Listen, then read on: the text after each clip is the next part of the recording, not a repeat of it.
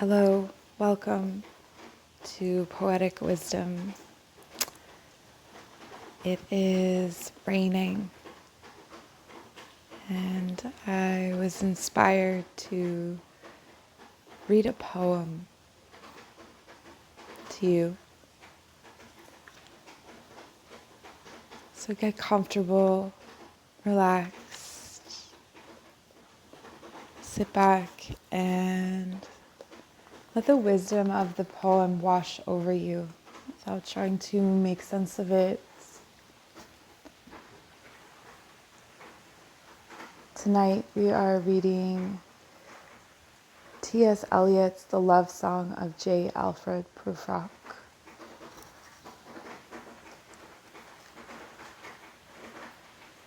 Let us go then, you and I, when the evening is spread out against the sky, like a patient etherized upon a table. Let us go. Through certain half-deserted streets, the muttering retreats of restless nights in one-night cheap hotels and sawdust restaurants with oyster shells, streets that follow like a tedious argument of insidious intent to lead you to an overwhelming question. Oh, do not ask, what is it? Let us go and make our visit.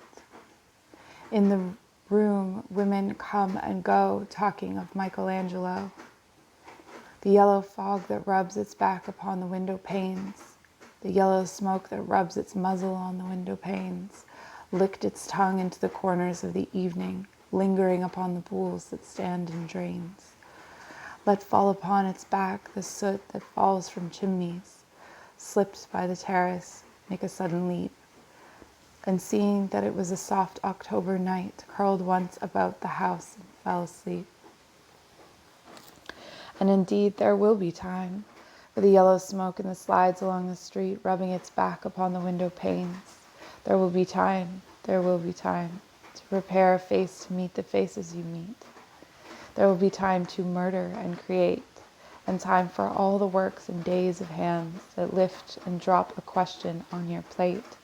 Time for you and time for me, and time yet for 100 indecisions and for 100 visions and revisions before the taking of toast and tea. In the room, the women come and go, talking of Michelangelo. And indeed, there will be time to wonder, do I dare, and do I dare? Time to turn back and descend the stair. With a bald spot in the middle of my hair, they will say, how his hair is growing thin. My morning coat, my collar mounting firm to the chin, my necktie rich and modest, but asserted by a simple pin. They will say, but how his arms and legs are thin. Do I dare disturb the universe? In a minute there is time for decisions and revisions, which a minute will reverse. For I have known them already, known them all, have known the evenings, mornings, afternoons. I have measured out my life with coffee spoons. I know the voices dying with a dying fall beneath the music from a farther room. So how should I presume? And I have known the eyes already, known them all, the eyes that fix you in a formulated phrase. And when I am formulated, sprawling on a pin, when I am pinned and wriggling on a wall, then how should I begin to spit out all the butt ends of my days and ways? And how should I presume? And I have known the arms already, known them all, arms that are braceleted and white and bare, but in the lamplight, downed with light brown hair.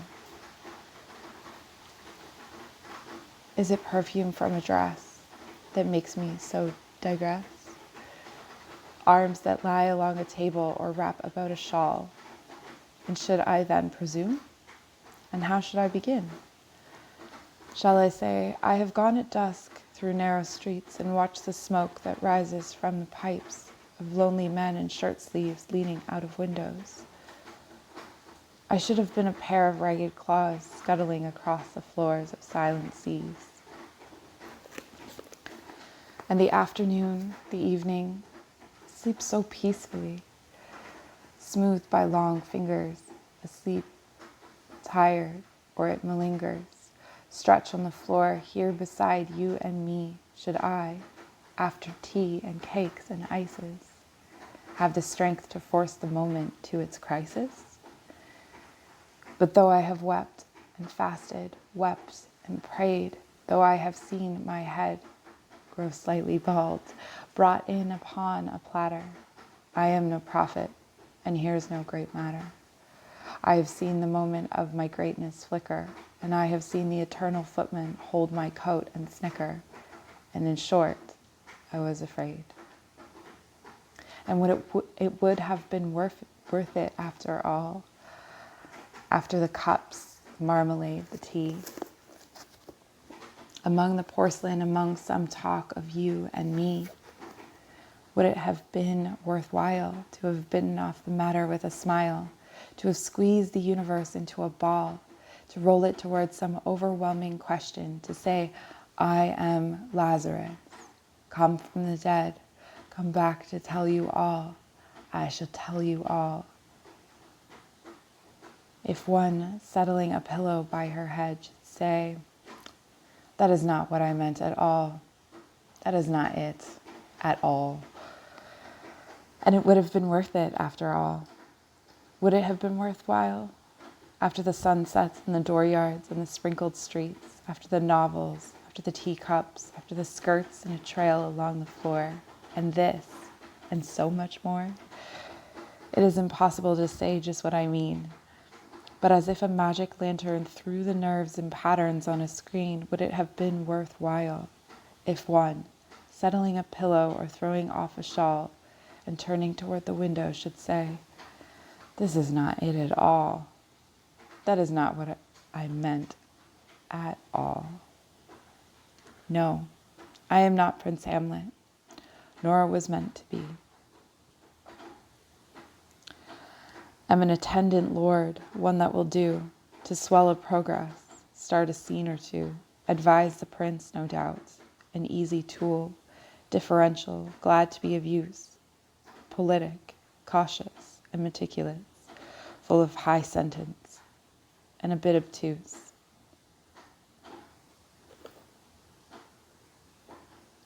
Sentientiousness.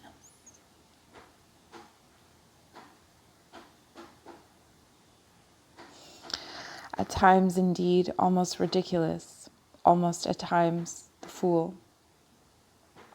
I grow old. I grow old. I shall wear the bottoms of my trousers rolled. Shall I part my hair behind? Do I dare to eat a peach? I shall wear white flannel trousers and walk upon the beach. I have heard the mermaids singing each to each.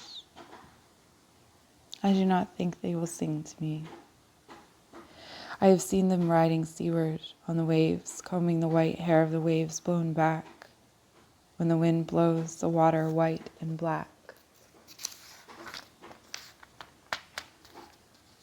We have lingered in the chambers of the sea, by sea-girls wreathed in seaweed red and brown, till human voices wake us, and we drown.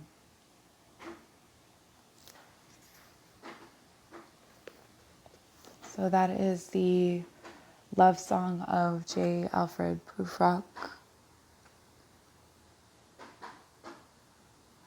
I hope that you enjoyed this reading, and I will be reading for you every Sunday a new poem or poems.